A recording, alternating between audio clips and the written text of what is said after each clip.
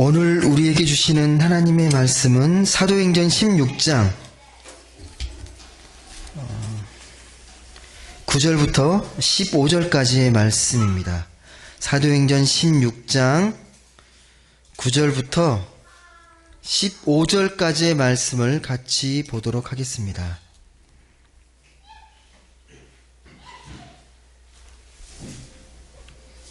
사도행전 16장 9절에서 15절까지 말씀, 제가 먼저 9절 말씀을 먼저 읽겠습니다. 밤에 환상이 바울에게 보이니 마게도냐 사람 하나가 서서 그에게 청하여 이르되 마게도냐로 건너와서 우리를 도우라 하거늘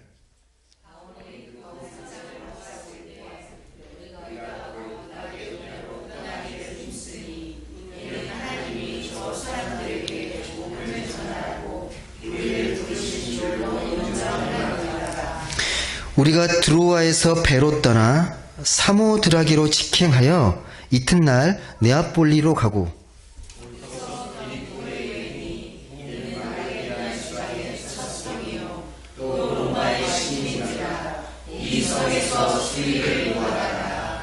안식일에 우리가 기도할 곳이 있을까 하여 문 밖 강가에 나가 거기 앉아서 모인 여자들에게 말하는데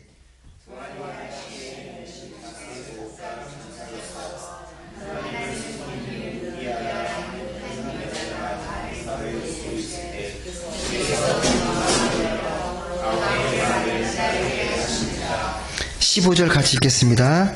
그와 그 집이 다 세례를 받고 우리에게 청하여 이르되 만일 나를 주 믿는 자로 알거든 내 집에 들어와 유하라 하고 간권하여 머물게 하니라. 아멘. 네. 한 주간도 잘 지내셨나요? 예. 부활절 다음 주일인데요. 부활절이 우리가 지나면 부활절을 하루 주일로 그 기쁨을 끝내는 경우가 많은데요. 원래 우리 기독교에는요, 기쁨의 50일이라는 절기가 있습니다. 혹시 들어보셨나요? 기쁨의 50일? 부활절 이후에 50일을 부활절 축제로 지내는 시간인데요. 많은 기독교인들이 잘 모르고 잘 지켜지지 않는 절기 중에 하나가 기쁨의 50일입니다. 왜 그러냐면 이 사순절하고 고난주간을 너무 강조하다 보니까 부활을 하루 계란 먹고 이벤트 하는 날로 끝나는 경우가 되게 많습니다. 근데 부활의 진정한 의미는요, 부활 이후의 삶에 있습니다. 부활의 감격과 기쁨을, 그 삶을 우리가 삶의 자리에서 또 이웃들과 잘 나누는데 그 의미가 담겨져 있습니다. 우리나라는 그 다종교 국가잖아요. 근데 기독교 뿌리가 있는 기독교 국가에서는요, 부활절이 명절입니다. 이게 부활절 의미가 좀 더 우리보다는 더 깊어요. 우리는 알기 쉽지는 않지만요, 이 기쁨의 50일 동안, 성령 오순절 강림절까지가 50일이거든요. 딱 그 50일 동안 우리가 정말 부활의 기쁨을 잘 우리가 깊이 생각하고 묵상하면서 그 기쁨을 이웃들과 잘 나누는 게 매우 중요합니다. 부활의 감격과 기쁨을 이웃들과 잘 나누면서 우리 안에 있는 그 어둠이 빛으로, 슬픔을 기쁨으로, 또 죽음을 생명으로 변화시키는 은총의 시간으로 기쁨의 50일을 잘 지낼 필요가 있습니다. 기쁨의 50일 한번 잘 누리시고 지키셨으면 좋겠습니다. 여러분, 오늘 이 사도행전은 이 바울이 행적이 많이 기록되어 있는 말씀인데요. 우리 신약 성경에서 중요한 인물을 뽑으라면 아마 두 인물을 뽑으라면 아마 바울하고 누굴까요? 베드로일 겁니다. 다 중요한 인물인데 특별히 우리 신앙이나 우리 기독교의 역사에 있어서 신약 성경에 나와 있는 정말 중요한 인물 두 명을 뽑으라면 바울과 베드로입니다. 근데 엉뚱한 질문일 수 있긴 한데요. 이 바울과 베드로 중에 더 중요한 인물을 뽑으라면 누구를 꼽겠습니까? 그래도 베드로는 당연히 예수님의 수제자이고 정말 중요한 인물입니다. 그의 고백으로 교회가 세워졌기 때문에 매우 중요한 인물입니다. 근데 바울이 좀 제가 개인적인 소견으로 좀 더 중요합니다. 왜냐면요. 성경, 이 신약 성경 27권 중에 10권 이상을 바울이 썼습니다. 매우 중요합니다. 그리고 또 한 가지가요. 지금 우리가 믿는 이 기독교, 이 믿는 바의 내용을요. 정리한 사람, 처음으로 정리한 사람이 바울이에요. 로마서를 보시면 그걸 교리서 시인이라고 말을 하는데 바울 이 로마서하고 갈라디아서 그 내용을 잘 보시면 우리가 뭘 믿고 있는지, 우리 기독교가 무엇인지에 대해서 정말 체계적으로 잘 정리한 인물이 바울입니다. 그래서 심하게는요, 바울이 만약에 없었다라면 오늘날 우리가 믿는 기독교도 없었다라고 말하는 분도 계세요. 우리 믿는 바에 대해서. 그만큼 중요한 인물입니다. 처음에 이 교회가 생겼을 때요, 두 종류의 교회가 있었습니다. 잘 아실 텐데 유대인 기독교, 또 하나는 이방인 기독교로 이렇게 나누어져 있었습니다.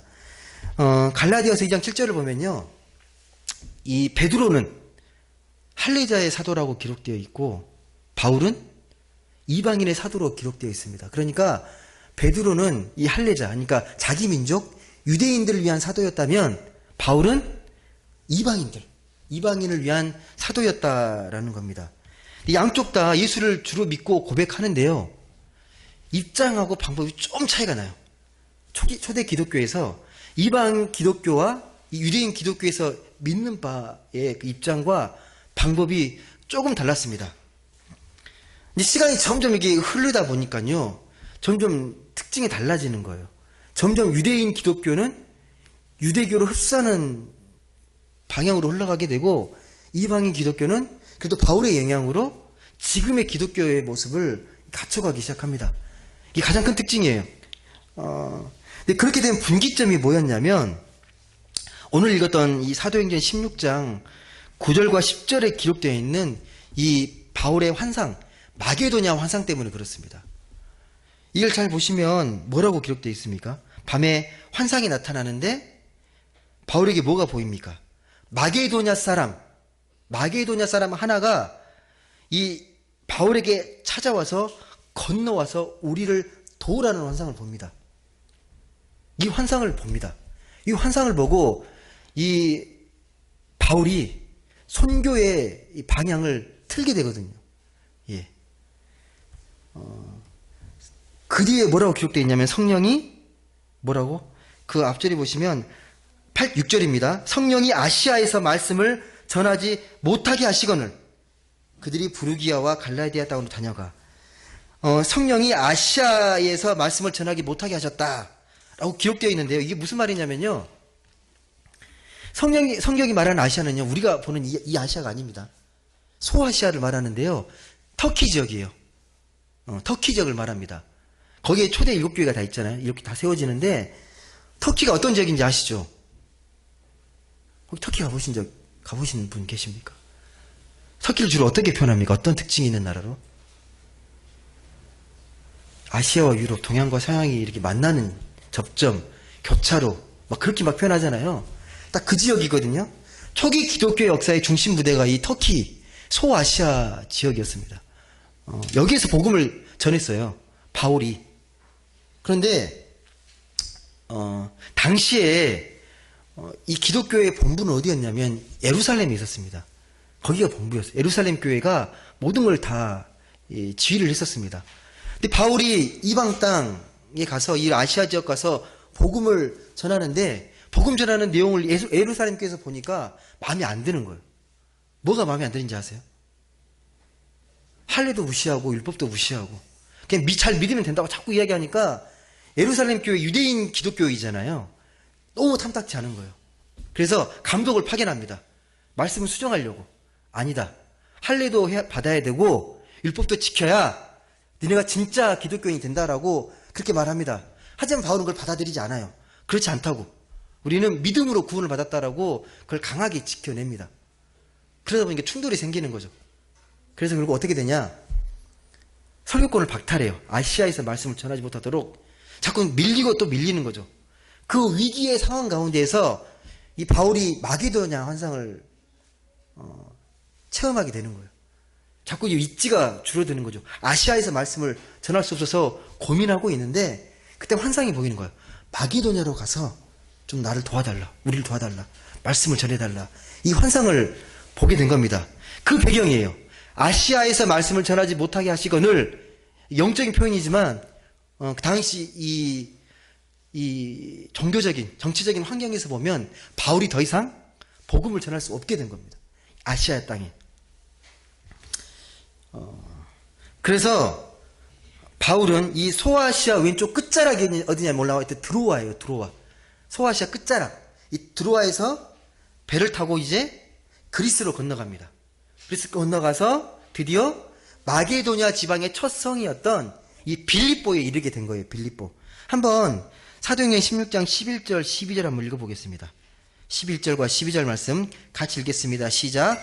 우리가 드로아에서 배로 떠나 사모드라게로 직행하여 이튿날 네아폴리로 가고 거기서 빌립보에 이르니 이는 마게도냐 지방의 첫 성이요 또 로마의 식민지라 이 성에서 수의를 유하다가. 그러니까 바울이 지금 자기를 받아주는 교회가 없어가지고 밀리다가 결국은 어디까지 갔냐면 이 소아시아 왼쪽 끝자락인 드로아 한국까지 간 거예요. 거기서 마게도냐 환상을 보고 배를 타고 그리스로 건너가고 다시 마게도냐 지방의 첫 성이었던 이 빌립보로 가게 됩니다. 여러분, 빌립보면 뭐가 유명합니까? 여러분이 생각하신 빌립보는 어떤 지역입니까? 예. 빌립보서 있잖아요. 빌립보서를 썼던 바울이 빌립보 교인들 향해 썼던 게 빌립보서잖아요. 이 원래 빌립보라는 지역은요, 알렉산더 대왕의 아버지가 빌립 2세인데 그 이름을 따서 빌립보 성이 된 거거든요. 여기를 개발을 한 거예요. 왜 개발했냐면 거기가 금광이 많다고. 금광을 개발할 목적으로 처음에 개발된 도시가 이 빌립보 지역입니다. 한참 번창하다가 흥망성쇠를 거듭하고 망하고 거의 유적지만 지금은 남아있어요. 유적만 남아있습니다. 지금은 여기에 이제 첫 발을 들여놓은 겁니다. 빌립보. 유럽에 첫 발을 들여놓은 거예요. 드디어 바울이 여기 발을 들여놓음으로 인해서 예수 그리스도의 복음이 이제 뿌려지기 시작하는 중요한 사건입니다. 이 빌립보성에 들어가는 이 사건이에요. 예. 근데 이 역사적 사건에 정말 중요한 인물을 만나죠. 이 빌립보 첫상에서 누구를 만나게 됩니까? 오늘 나와 있는 것처럼. 안 나와 있나요? 예. 14절 보시면 누구를 만나게 됩니까? 바울이? 루디아입니다. 루디아. 자색옥감 장사라고 기록되어 있습니다. 예. 여러분, 바울이요, 빌립보에 들어가서 제일 먼저 한 일이 뭔지를 아세요? 이 유럽 땅에 첫 들어가가지고 제일 먼저 한 일. 뭘 하려고 했다고 그렇게 기록되어 있습니까? 예? 13절 보시면, 안식일에 우리가 기도할 곳이 있을까 하여 문 밖에 강가에 나가 거기 앉아서 모여있는 여자들에게 말하는데, 이렇게 돼 있죠. 이게 뭐냐면요, 이 빌립보에는 아직 믿는 사람이 많지 않아서요, 원래 이방 땅에는 다 회당이 있었거든요. 안식일마다 토요일마다 모여서 기도하고 말씀 들을 수 있는, 강론을 들을 수 있는 회당이 필요한데 아직 여기는 없었어요. 그래서 소수지만 그들이 어디 모여 있을까 찾아보니까 강가에 모여 있는 거예요. 그러니까 토요일날 이 바울의 일행이 거기를 찾아간 거죠. 그 유대인들이 모여 있는 그 모임 집회 장소로. 근데 거기서 만난 여인이 바로 루디아라는 여인입니다. 예. 모임 강가에서, 이 모임 장소에서 바울이 복음을 전합니다.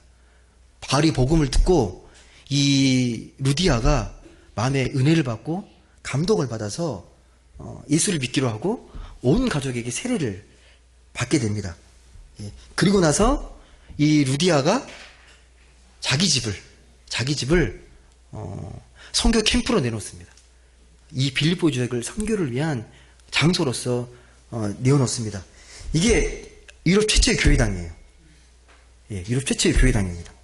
역사적으로 되게 의미가 깊은 사건입니다. 15절 사실 이렇게 말하거든요. 그 사실을 어떻게 말하냐면 15절에 그와 그 집이 다 세례를 받고 우리에게 청하여 이르되 만일 나를 주 믿는 자로 알거든 내 집에 들어와 유하라 하고 간곤하여 머물게 하니라. 루디아가 매우 중요한 인물입니다.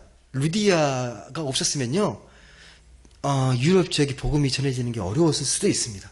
그만큼 매우 영향력 있고 중요한 인물입니다. 근데 오늘 본문 이 외에요, 루디아라는 이름이 안 나옵니다. 여기만 유일하게 기록되어 있고요. 다른 초대 기독교 문헌에도요, 루디아라는 말이 안 나와요. 이게 유일한 본문의 기록입니다. 특별히 그래서 저는 이 루디아의 입장에서 말씀을 좀 보셨으면 좋겠어요. 루디아가 어떤 마음으로, 어떤 입장에서 이 복음을 받아들이고 이 말씀에 대해서 은혜를 받게 됐는지를 루디아 입장에서 보시면 오늘 좀 은혜가 되실 거라고 생각이 됩니다. 먼저 이 루디아는요, 유대인이 아닙니다. 유대인이 아닌데 모임 장소에 가 있었다는 게 뭘 의미합니까? 유대교로 개종했다는 거예요. 이방인인데 말씀을 듣기 위해서 유대교로 개종한 사람입니다.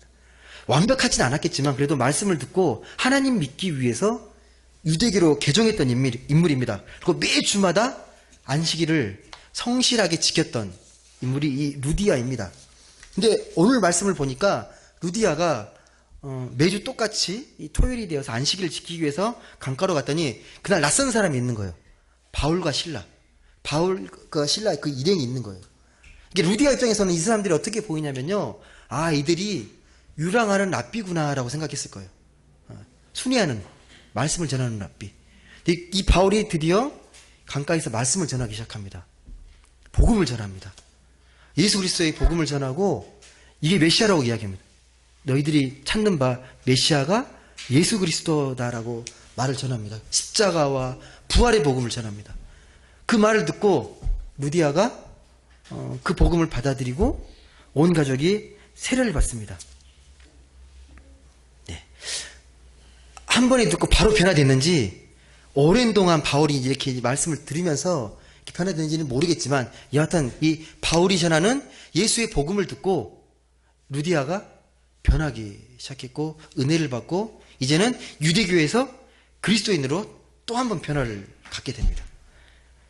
예. 루디아가 이제 바울이 전하는 예수의 복음을 듣고 이 예수를 믿게 됐는데 바울의 상황을 잘 들여다보니까 상황이 어려운 거예요. 처지가 매우 어렵다는 걸 알게 됐습니다. 당장 머물 곳도 마땅치 않고 숙박을 비롯한 경제적인 문제가 너무 많다는 걸 알게 되니까 루디아가 이 바울에게 요청하는 거죠. 뭐라고요? 나를 주를 믿는 자로 알거든 우리 집에 유하라. 우리 집에 머물러라 라고 그렇게 청합니다.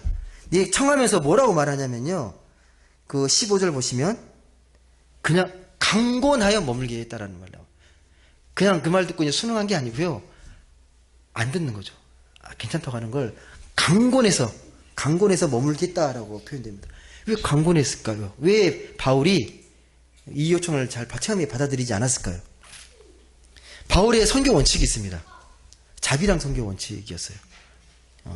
그 고린도전서 9장 12절을 보시게 되면요, 하나님의 일을 하는 사람이 교회 재정을 받고 혼하는 게 마땅한 권리이지만 나는 독신일 뿐만 아니라 나에게 특수한 나의 어떤 소명을 잘 지켜내기 위해서 내가 자비량으로 선교하겠다라고 선언했던 사람입니다. 그래서 천막 만드는 거, 가죽 세공으로 자기 생업을 이끌어 갔었죠. 근데 지금 그런 상황이 안 돼요. 할 수가 없어요. 이걸 뻔히 아니까 이 루디아가 강권하는 거죠. 그러지 말고 우리 집에 와서 여기를 하나님의 위한 선교 장소로 써달라고 부탁을 한 겁니다. 강권합니다. 몇 번 거절했을 거예요. 그래서 강권했다는 말이 나오게 됩니다. 여러분, 근데요, 그 복음이 처음 새로운 땅에 전해지면요, 이런 일들이 벌어집니다. 자기 집을 교회에 내놓는 일. 우리 한국 교회에서도요, 처음 복음 믿었던 사람이 자기 집을 교회당으로 내놓습니다. 2000년 동안 처음 복음이 전해졌던 그 땅에 전해졌던 역사가 이렇게 시작이 됩니다. 빌립보가 그런 교회였어요. 그리고 나중에 이 빌립보 교회는 끝까지 바울을 재정으로 후원했던 교회가 이 빌립보 교회입니다. 그래서 빌립보서 4장 15절을 보면 이렇게 말을 해요. 그 감사함에 대해서 빌립보 사람들아 너희도 알거니와 복음의 시초에 내가 마게도냐를 떠날 때 주고받은 내 일에 참여한 교회가 너희 외에 아무것도 없었느니라. 끝까지 유일하게 바울을 후원하고 지지하고 중보했던 교회가 이 빌립보 교회였습니다. 그만큼 중요합니다. 이 빌립보 교회가요. 루디아는 지금으로 말하면 여성 사업가죠. 기업가입니다. 본문에 보면 자색 옷감 장사. 이 자색 옷감은요 그냥 옷감이 아니에요.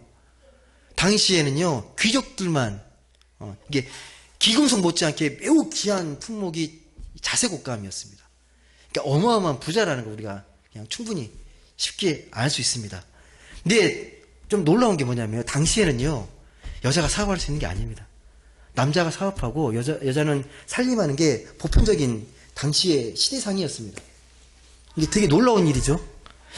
뭐 남편이 사망해서 그 사업을 물려받았든지 아니면 친정 아버지로부터 받았는지 아니면 워낙 사업 수완이 뛰어나서 자수성가 있는지는 잘 모르겠지만 분명한 건 이 능력 있는 여자 여걸이라는 건 분명합니다. 예. 그러니까 바울도 강권에서 이렇게 앉히고 이렇게 끌고 가는 영향력 있게 복음 사업에 참여할 수 있었던 거죠. 여러분 근데요 돈이 많다고 이렇게 선교에 선뜻 이렇게 뭐 기부를 한다거나 어려운 일들을 위해서 물질을 쓰는 게 쉽지 않습니다. 돈이 많다고 그런 게 아니에요.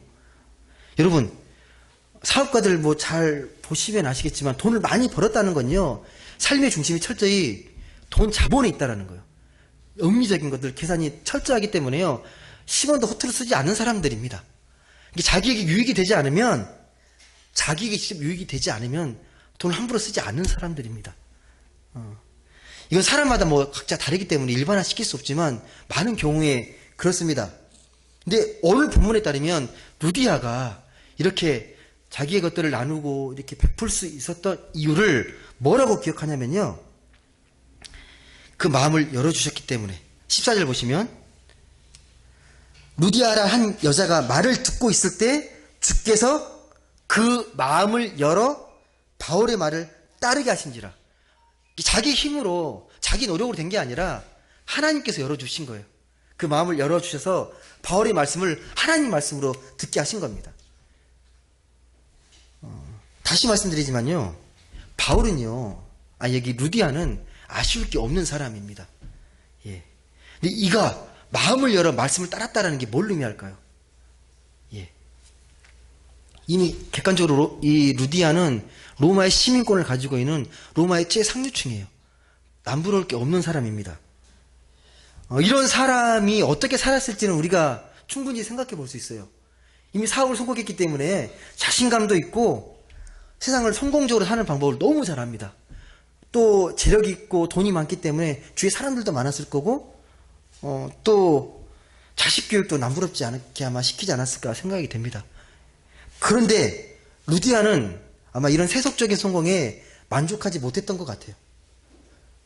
그렇다면 굳이 유대교로 개종할 필요가 없잖아요. 지금 삶에 만족했다라면 유대교로 개종할 필요가 없습니다. 근데 개종했습니다. 근데 그가 또 안식일에 드디어 말씀 듣다가 또 바울의 말씀을 듣고 진짜 복음을 받아들이는 거죠. 예. 삶의 가치관이 또 바뀐 겁니다. 바울의 복음을 듣고 이게 진리구나. 그 말씀을 깨닫고 그렇게 이제는 바울을 따라서 하나님께 선교의 귀한 동역자 역할을 하게 된 것입니다. 이게 결정적으로 두 번의 변화가 있었어요. 이 루디아에게는요.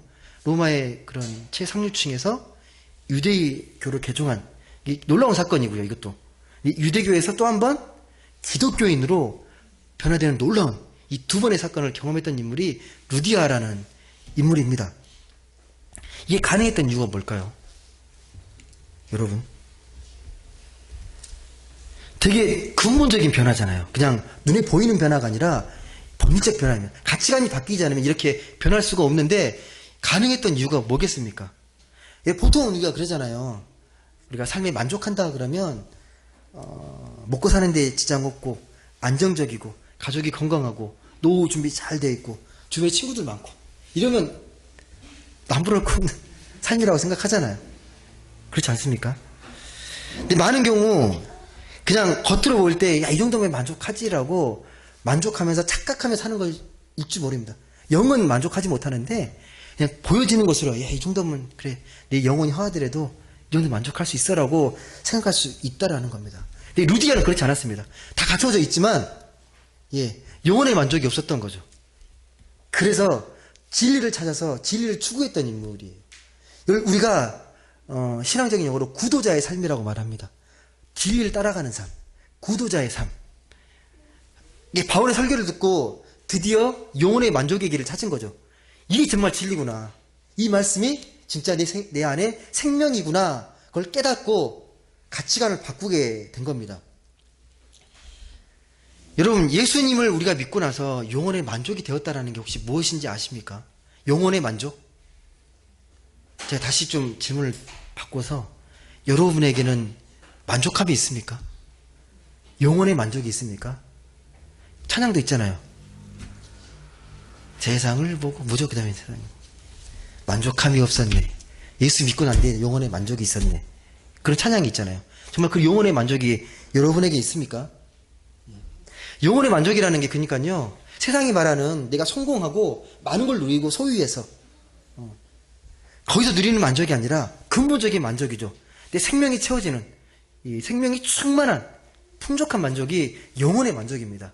그 영혼의 만족이 있는지를 루디아처럼 찾아보셔야 합니다. 정말 내 안에 영혼의 만족이 있는지를 보셔야 합니다. 영혼의 만족은 세상에서 더 이상 필요할 것이 없는 그런 차원의 만족입니다. 그런 만족이 내 안에 있는지를 좀 보셔야 합니다. 근데 사람들이 여전히 세상에서 뭔가를 찾고 성공하려고 한다는 것 자체가요, 영적으로 만족하지 못한 삶의 모습으로 보시면 됩니다. 뭔가를 자꾸 더 가지려고 하고 성공하려고 애쓰는 모습들이 우리가 볼 때에는 영적 만족이 없기 때문에 나타나는 그런 모습이라는 겁니다. 화요일마다 지금 독서 모임을 진행합니다. 소확행 독서 모임이라고 이렇게 진행을 하고 있는데요. 소확행 뜻 아시죠? 줄임말이 많이 유행하잖아요. 소소하고 확실한 행복. 이게 소확행인데, 소확행 독서 모임인데 지금 오전 11시에 아주머니들이 오세요. 한 6분 정도 오셔서 같이 이렇게 책을 읽고 삶을 나누는데, 그리고 제가 할 수 있는 게 커피 드리는 거라. 오시면 커피 한 잔씩을 내려드립니다. 그냥 책만 읽는 것보다 커피 한 잔 하면서 이게 책을 보면 더 마음도 평화롭고 여유로우니까. 제가 커피를 좋아하잖아요. 그래서 커피를 좀 깊이 묵상해 보면요, 커피라는 전체가 뭘까? 커피가 주는 이 안정감이 있어요. 여유로움과 평안함이 있습니다. 커피 향을 막 맡으면서 한 모금 머금잖아요. 그러면 내 안에 기분이 되게 싹 뭐가 이렇게 목구멍을 통해서 위장으로 딱 내려가면 되게 마음이 편해져요. 첫 한 잔, 한 모금 딱 했을 때, 더 이상 만족할 게 없는 상태라는 겁니다. 아침에 저희 그래도 집이 햇빛이 잘 들어와서요, 아침에 눈을 뜨면 저는 이제 그냥 습관처럼 감사 기도를 드립니다. 아침에 감사 기도를 뜨고 창을 딱 보고 있으면 커튼이 좀 얇게 쳐져 있는데 안에 얇은 커튼을 쳐가지고 햇빛이 다 이렇게 들어오거든요. 그럼 너무 행복해요. 햇빛이 막 비치면 하나님이 또 살아계신 나에게 또 말씀하시는구나, 막 그렇게 느껴져요. 저는 그게 좀 만족이라고 생각을 하는 겁니다.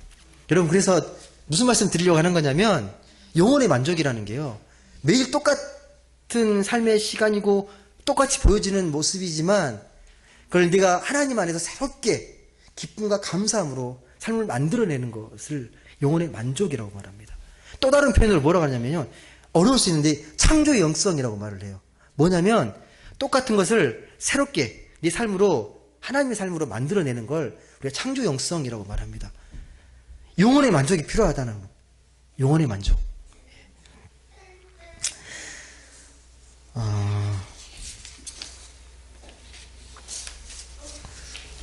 루디아가 자기 집을 내놨잖아요. 이거 어떻게 가능합니까? 여러분, 집 내놓는 게 쉬운 줄 아세요? 아니에요. 아닙니다. 손님만 와도 신경 쓸 게 되게 많잖아요. 한 가정만 초대해도 집 청소하고 막 정리하고. 근데 베이스 캠프예요. 많은 사람들이 여기서 다 모이고 뭔가를 하고 그런 장소로 내놓는다는 것이 말처럼 쉽지 않습니다. 정말 내 안에 영혼의 만족이 있지 않고서는요, 선뜻 이 가치를 느끼지 못하면요, 내놓을 수 없는 겁니다. 신앙생활에 만족이 없으면 그래서 두 가지로 치우칩니다. 우리가 보게 되면 하나를 우리가 열광주의라고 말을 하고요. 또 한 가지는 냉소주의적인 신앙 태도라고 말을 합니다. 열광주의는 뭐냐면 신앙생활을 열심히 하는데 신앙의 형식에만 매달리는 거예요. 열심히 예배드리고 열심히 나와서 또 모임하고 또 교회 일 있으면 열심히 충성하고 그리고 말씀 들을 때도요. 제가 비하하는 게 아닙니다.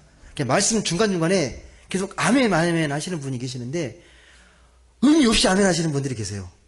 그 말씀에 내가 동의해서 정말 그걸 믿습니다 하고 아멘 하면 괜찮은데 추임새처럼 아멘. 그냥 막 아멘 아멘 하는 분이 계세요. 예. 그걸 우리가 소위 그냥 맞장구 치면서 그냥 영혼이 허한 것을 채우려고 자꾸 아멘 하는 것들이 있습니다. 예. 그게 우리가 신앙의 열광주의라고 말을 하고요. 냉소주의는 뭐냐면 하나님을 믿긴 믿는데 그런 영혼의 만족 이런 소리를 되게 그냥 관념으로만 생각해요. 이념적인 거. 진짜는 그래서 세상의 삶의 성공을 목표로 살아가는 거예요. 정신적 위로, 심적 안정, 위안을 위해서 신앙을 믿는다고 생각하는 거죠. 이게 냉소주의적인 태도예요. 이런 사람은 그래서 내가 성공하고 심적인 안정을 위한 도구로서 신앙을 살아가는 겁니다. 예. 근데 이런 신앙생활을 자꾸 반복하게 되면요, 영혼의 만족은 자꾸만 멀어지고 피상적인 것에 머무르게 됩니다. 예. 제 스스로도 자꾸 오늘 말씀을 통해서 특히 많이 반성하는 것 중에 하나가 뭐냐면요, 내가 목사로서 살아가는데 정말 내 안에도 영혼의 만족이 있는지를 자꾸 저도 물어보게 됩니다.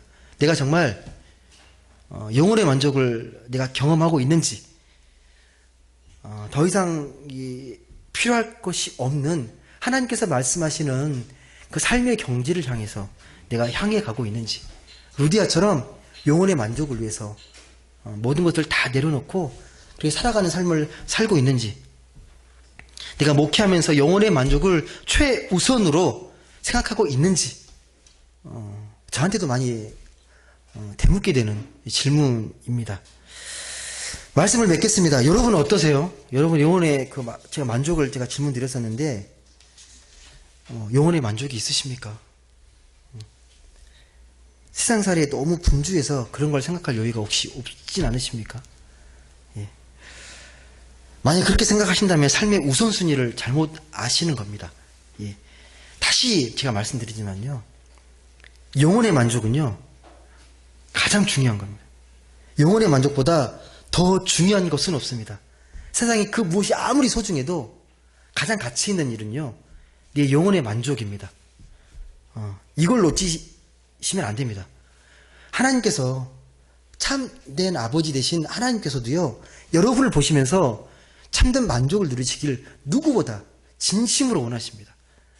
네가 왜 사냐? 영혼의 만족이다라고 우리에게 말씀하고 계십니다. 근데 오늘 말씀처럼 루디아가 영혼의 만족을 얻었던 건 스스로 노력해서 의지로 된 게 아니었습니다.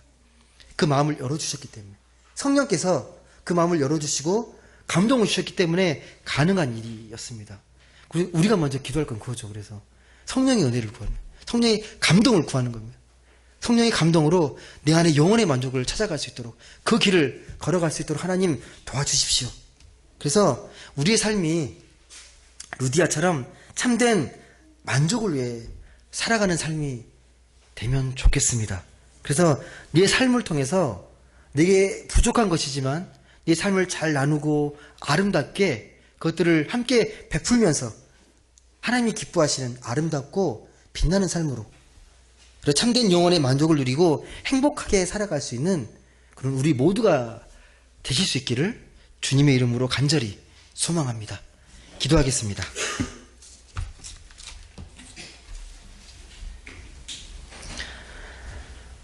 사랑의 하나님, 감사합니다. 오늘 또 말씀을 통해 또 예배를 함을 통하여서 하나님을 만나게 하시니 감사합니다.